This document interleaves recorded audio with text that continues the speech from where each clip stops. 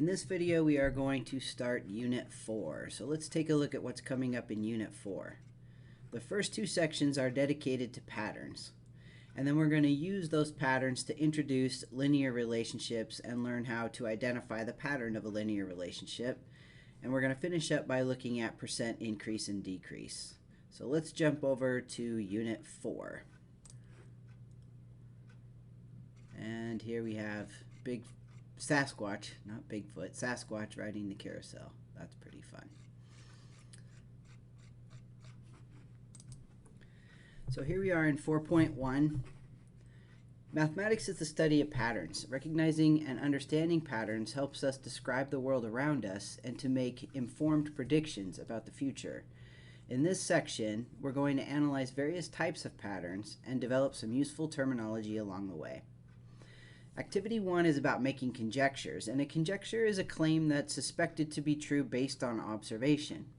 So for each of these problems here, there's a sequence. There's a pattern of numbers, and this ... indicates that this pattern is going to continue indefinitely. Your job is to try to determine what's the pattern, and then based on the pattern, write down what you think the next three terms are. So this one here is pretty straightforward. Let's talk about this one, and then I'll have you guys pause the video and try the others. So we have 2, 4, 6, 8. What it certainly looks like we're just adding 2 each time, right? Or you could, maybe you say it's the even positive numbers. You know, there's more than one way to say what pattern or to describe what pattern you see. So you could say adding 2 each time. You could say we have even, oh, my color changed, even positive numbers getting bigger, increasing,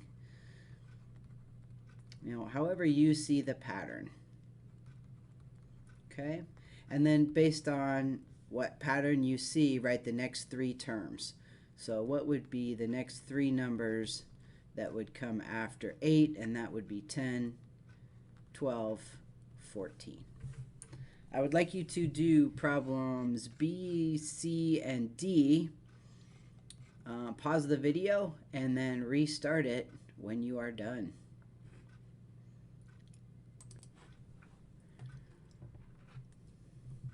A good way to look for patterns is to ask yourself, what's one way I could get from 11 to 8? And it looks like to get from 11 to 8, I could subtract 3. And then see if that pattern continues. Is it the same thing to get from 8 to 5 and from 5 to 2? Yes, it is. So it certainly looks like we are subtracting 3. Or maybe you said adding a negative 3. Add negative 3. That would work as well. So if we keep this pattern going, 2 take away 3 is negative 1. Negative 1 subtract 3 is negative 4, and negative 4 subtract 3 is negative 7. Now we might look at the next one, C, and we might think about adding, let's see, or subtracting. To get from 7 to 14, I'd have to negative 14, I'd have to subtract something. Let's see, I think I'd have to subtract 21. If I take negative 14 and subtract 21, do I get positive 28? No, I would get lower, right? So that's not it. I do notice, and maybe you notice, that the signs are switching. Like this is positive, this is negative, this is positive, this is negative.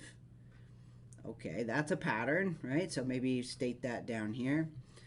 If it doesn't work to add or subtract something, maybe you could think about multiplying or dividing. So in this case, it looks like if we multiply by 2, multiply by 2, multiply by 2, we're getting these numbers, except for the negative part, right? So how could we get it to go positive, negative, positive, negative?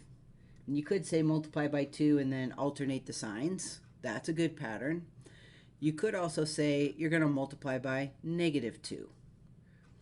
So 7 times negative 2 is negative 14. Negative 14 times negative 2 is positive 28. Positive 28 times negative 2 would be a negative 56. So to get the next 3 terms, we're going to multiply negative 56 times negative 2. That's going to be a positive 112. 112 times negative 2 is going to be negative 224. And negative 224 times negative 2 is positive 448. Oops, I wrote that in the wrong spot. Let's take a look at D. And maybe you didn't get D. It's kind of a tricky one. It's actually a famous sequence called the Fibonacci sequence. And the way that you get it is you take 1 plus 1 gives you 2. So if you add the first two terms together, you get the third term. Okay, if we add the second and third term together, we get the fourth term. If we add the 2 and the 3 together, we get 5. Do you see it? It's kind of a tricky one, isn't it? Oops, I keep doing that. If we add the 3 and the 5 together, we get 8. If we add the 3 and the 5, we get 8. If we add the 5 and the 8, we get the 13. So to get the next number, we need to add the 8 plus the 3 to get 21. Maybe let me write it up here. It'll be easier to see. And then to get this next number after 21, we're going to take 13 plus 21. That's going to give us 34. And then 21 plus 34 is 55. So some sequences are difficult to find the pattern. And I think the moral of the story on this one, and the reason we included it, is some patterns are easier to see. I mean, the 2, 4, 6, 8 was the easiest pattern to see. They probably are progressively more difficult here. But as you get better at working with patterns and seeing different kinds of patterns, you'll have more things to look for, right? You'll learn more types of patterns that you can look for in numbers. So here's an example on the next page. Consider the sequence 2, 4, ... So we only have 2 numbers in our sequence to try to establish a pattern. Adam, Beth, and Corey make conjectures about this sequence and then write down 3 more terms. Describe the method used by each student to generate their terms. All right, so pause the video and see if you can figure out what Adam, Beth, and Corey were thinking when they found the next 3 terms given the 2 terms 2 and 4.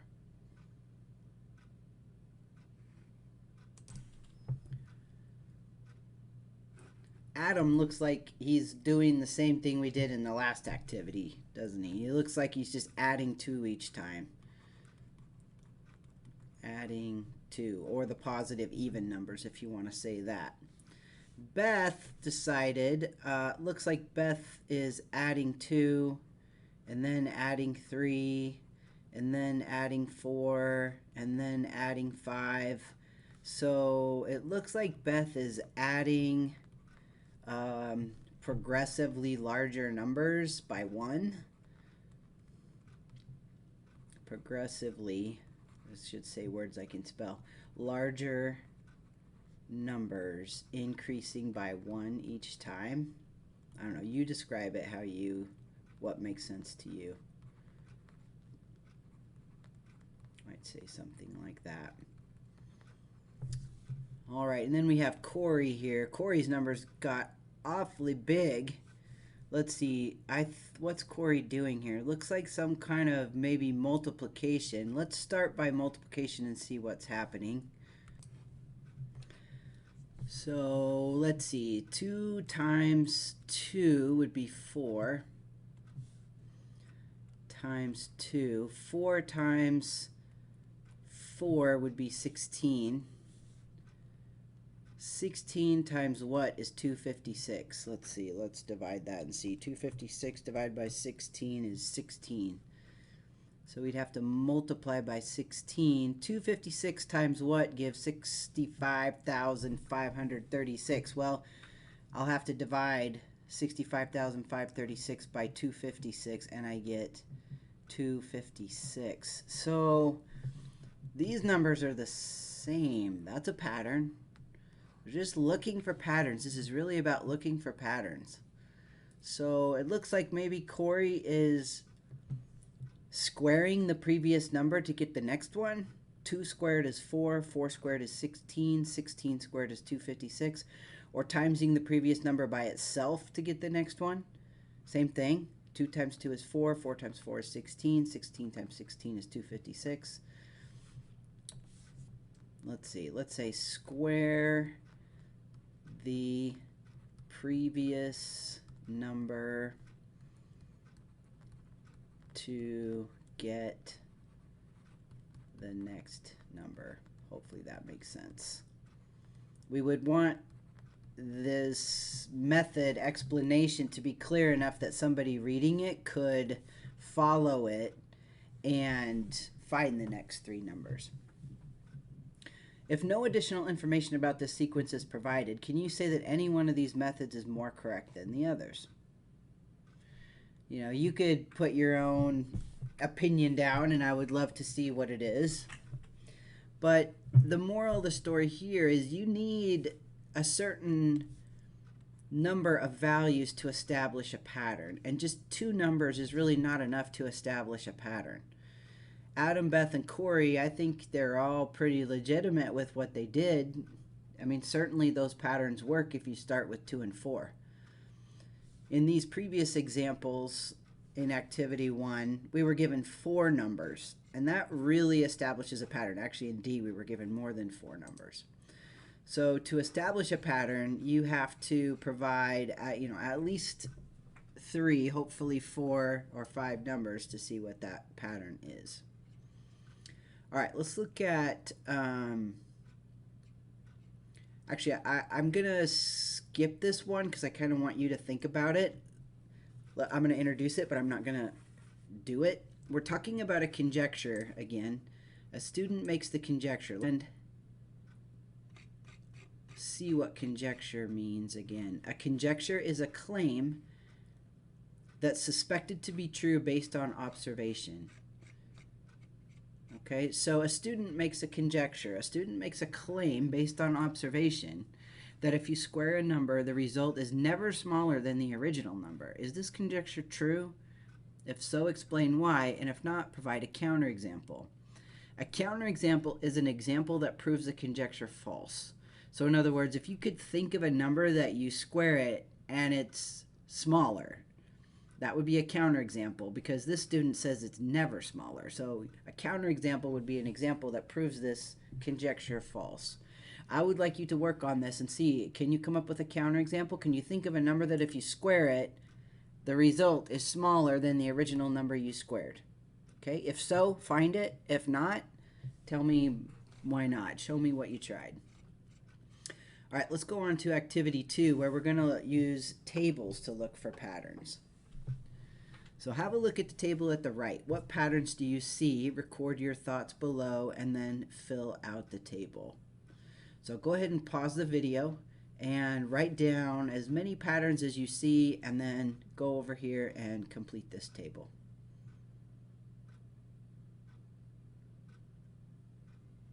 So when we're using a table, we have 2 columns of numbers. So we can look for patterns multiple different ways. We can look for patterns going down, 1, 2, 3, 4, 5 in each column, 2, 4, 6, 8. And we can also look for patterns going this way. Is there a pattern going this way? Okay. So if I look down this column, it looks like it's going 1, 2, 3, 4, 5, but then the pattern kind of breaks, and then we have n down here, where n could be any number. Here we have a pattern 2, 4, 6, 8. So at least the pattern going down the columns holds for this part of the table. You know, we could say for this part of the table, the first column is increasing by 1 and the second column is increasing by 2. Okay, that's a decent pattern to look at. If we look at the pattern going from left to right in the rows, it looks like if you take the number in the first row and multiply it by 2, you get the number, or excuse me, if you take the number in the first column and multiply it by 2, you get the number in the second column for each row. So if I look at the second row here, that's the same thing, right? 2 times 2 is 4. If I look at the next row and just consider this row here, 3 times 2 is 6. So there's a pattern there as well. All right, so I think that pattern is probably what we need to use to complete this table, because heading down, the pattern is broken, the 1, 2, 3, 4, 5, and then 10, 42. So I don't think we can use that same pattern going down this way like that, because the pattern doesn't hold in the right hand column. So we want to do the pattern going across, which is to multiply by 2 this direction here. All right, so that would give us 5 times 2 is 10. 10 times 2 is 20. 42 times 2 is 84. And n times 2, I could just write as 2n. I could write it as n times 2.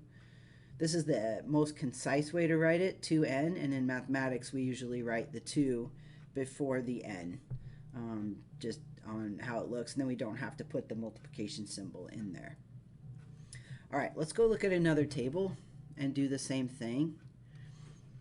This one says you share a birthday with your neighbor, but she's 3 years older than you. Complete the table. So now they're telling us the pattern. We're given the pattern based on information. So the information that we have is that our neighbor is 3 years older than you. Okay, so if she's 3 years older than you, she's always going to be 3 years older than you. I suppose if your birthdays are at different times, you know, like my brother and I are 2.5 years apart. So sometimes I'm 2 years older, sometimes I'm 3 years older, depending on what time of year. But we'll ignore that part and just say that she's 3 years older. Maybe they have this say, oh, it does say you share a birthday. Look at that. We don't have to worry about that. So you share the same birthday, so she's always exactly 3 years older. You were probably thinking that when I was talking. Okay, so when I was 1, how old was my neighbor? Well, she's 3 years older, so she would be 4. Okay, so I want you to complete that table. And then similarly down here, we've got another problem that says Ben and Carissa are racing one another on their bikes. Carissa's distance from the starting line is always 5 feet less than twice Ben's distance from the starting line. Pause the video and see if you can make sense of that and complete that table. I want to give you a chance to work on it on your own and also complete table 1. So when you have 1 and 2 done, go ahead and start the video again.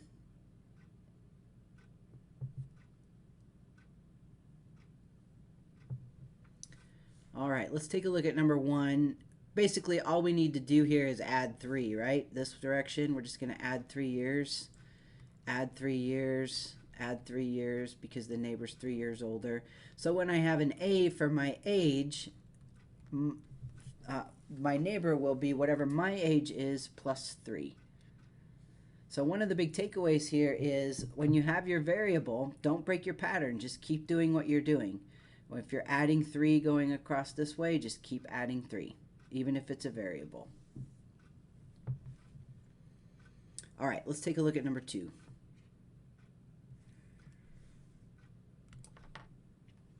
It says that Carissa's distance from the starting line is always 5 feet less than twice Ben's distance.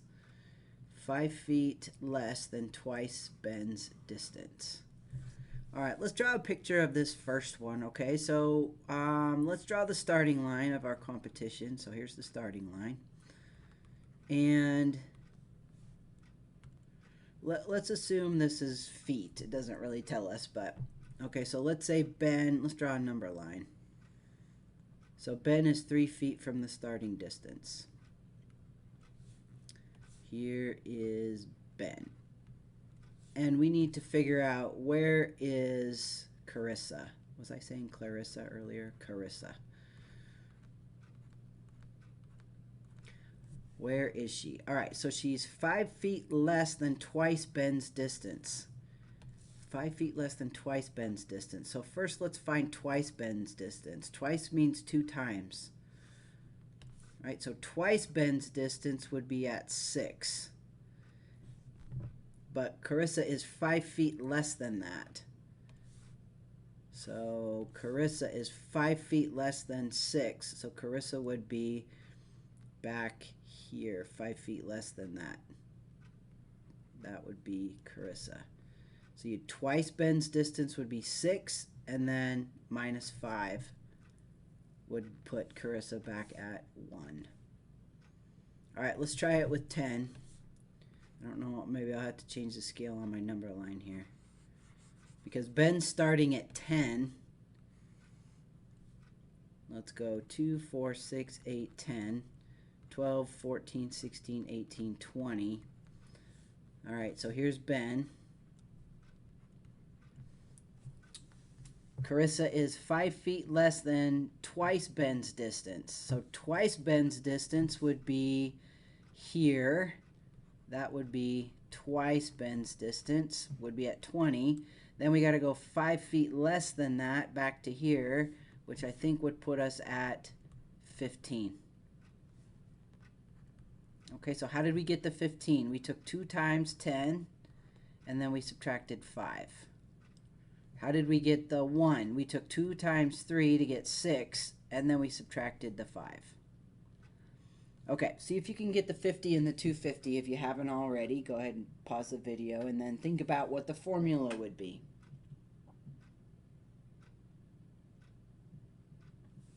All right, so if Ben's at 50, twice Ben's distance would be 100, and then I have to move back 5 feet from that, so that would be 95.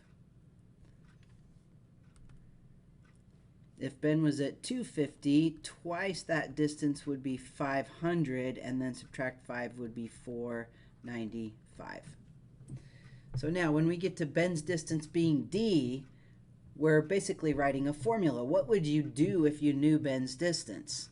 What would you do if you knew Ben's distance to find Carissa's distance? Well, what did we do up here? We took Ben's distance and we multiplied it by 2, and then we subtracted 5. So that is exactly the expression that represents Carissa's distance. Alrighty, let's look at number 3.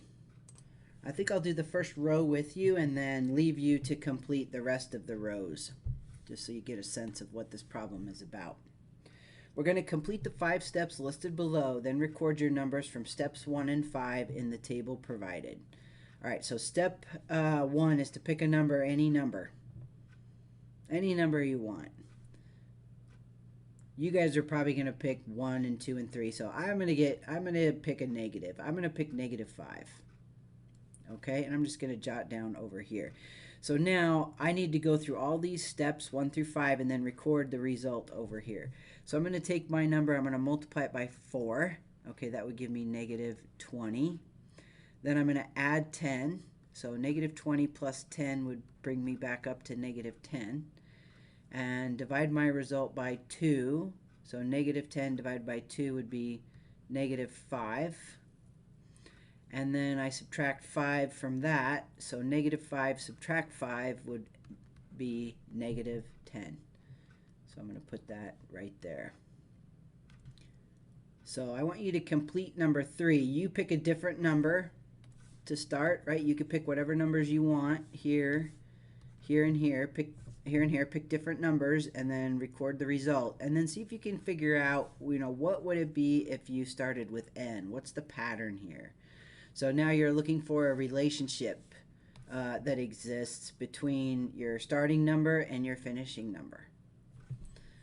Let's go on to number 4. Complete the table at the right. So we're looking for a pattern here.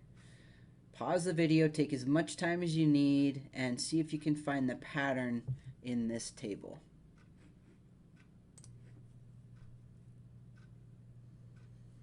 All right, well, again, I'm looking this way to see, and these fractions are kind of confusing. I mean, I might think I could divide by 2. 1 divided by 2 is a half, but 2 divided by 2 is not 2/3. So I'm not going to do that. Pattern has to hold for the entire table. I don't really see any patterns going down this way. Well, a little bit. 1, 2, 2, 3, 3, 4, 10, 11. I'm trying to just hold off before we talk about what the exact pattern is.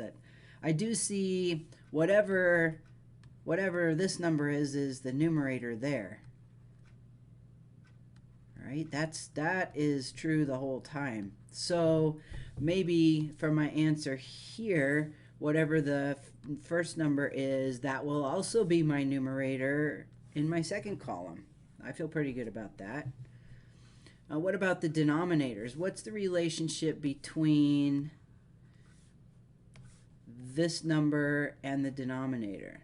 Or even the numerator and the denominator? Well, they're the same, but here that's a 2, that's a 3. That's a 3, that's a 4. That's a 10, that's an 11. It kind of looks like we're adding 1 to get the denominator.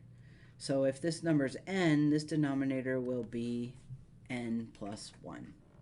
So again, patterns are kind of tricky. They just take a lot of practice. Once you see the pattern, you see it. If you don't see it, you just got to kind of keep looking and try to look at things in a different way. I think patterns are actually an amazing way to see things in ways that you maybe wouldn't naturally think of them. So keep working hard at these patterns and learning different ways to look at things.